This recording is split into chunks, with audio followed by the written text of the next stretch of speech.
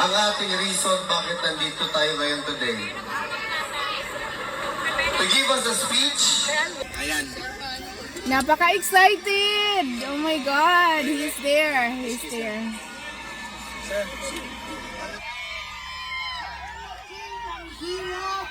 Si Amy Marcos pala yung nagsalita. Sinabi man niya, hayaan na natin yung Quadcom at impeachment na yan.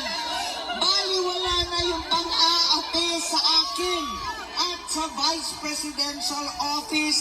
Basta iuwi natin ang aking... Wow!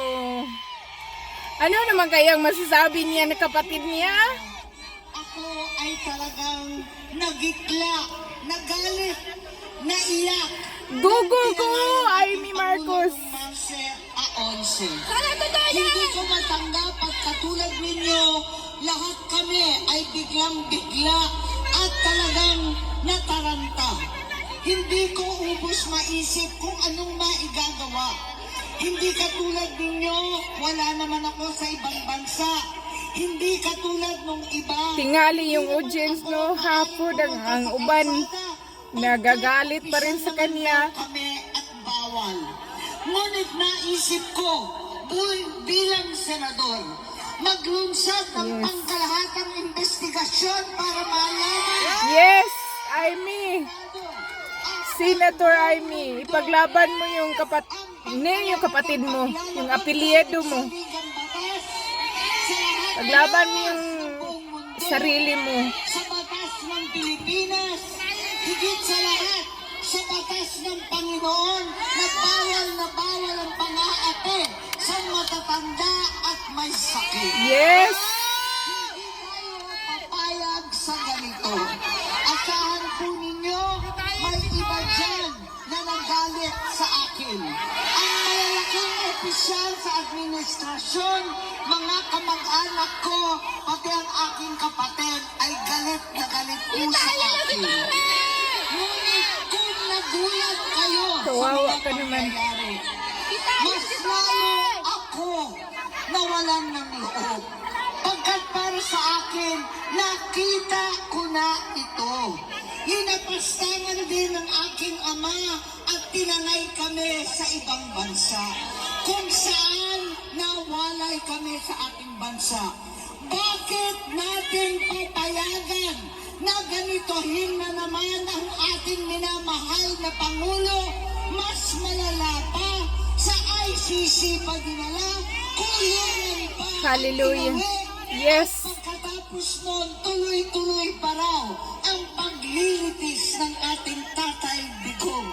Mga walang hiya. Papayag, samahan ninyo kami na labanan ito.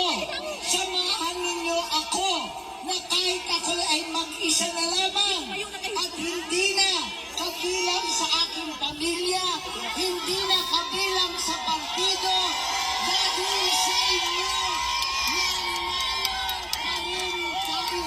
Sumali ka na. Ako'y nagpapasalamat PDP ka na. na ako iniwan. Handa na ako na mag-isang mangampanya, mag-isa mag-house to house, mag-isa na iikot. Ngayon pala, hindi ako naulila. Hindi ako nag-isa dahil ang birthday girl natin, si Vice President Inday Sara Duterte, 10 ng BDS, Parang 10 ng OFW, 10 ng mga narito ngayon sa The Hague ay sumama sa akin. Maraming salamat.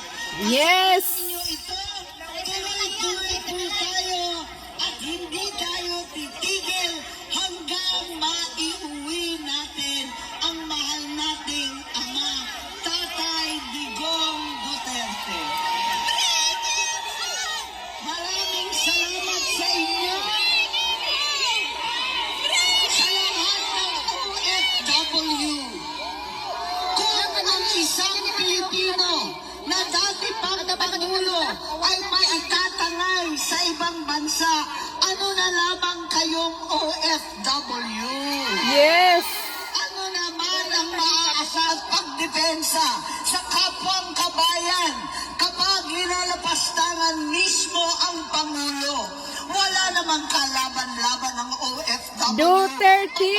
Duterte! Pilipino nakakulong sa iba't ibang dako ng ating mundo. Huwag po tayong papayag. Hindi ito laban lamang ng iisang kaso, kundi laban ng lahat ng OFW, lahat ng Pilipino Yes. na nasa ibang bansa, Yes. lahat ng Pilipino sa buong Here in mundo. Ireland, lalabanan natin ng tuloy-tuloy po bangag natin na ito. administration. Labanan natin ang impeachment kay VP Yes. Sara. Huwag tayo papayag ng tuloy-tuloy na pang-aapi. Hindi po tayo papayag ng ganito. Higit sa lahat, bring him Home! Him home! hanggang sa Maynila. Lakasan ninyo ang sigaw. Bring him home. Yes! Iuwi po natin yan. At sana marinig nila lahat, pati ang aking kapatid. Maraming Kapatid mo pa rin! Kapatid! mabuhay si Inday Impeach mo na yung kapatid mo! Birthday sa ating minamahal. Mabuhay ang Pilipino. Maraming salamat po. Bring him home! Bring him home!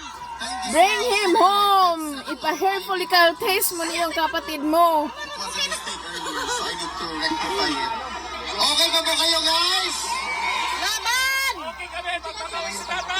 If it's possible po, yung mga taong nandito daw, umupo po tayo kasi hindi po nakikita ng mga tao sa likod. Grabe, grabe.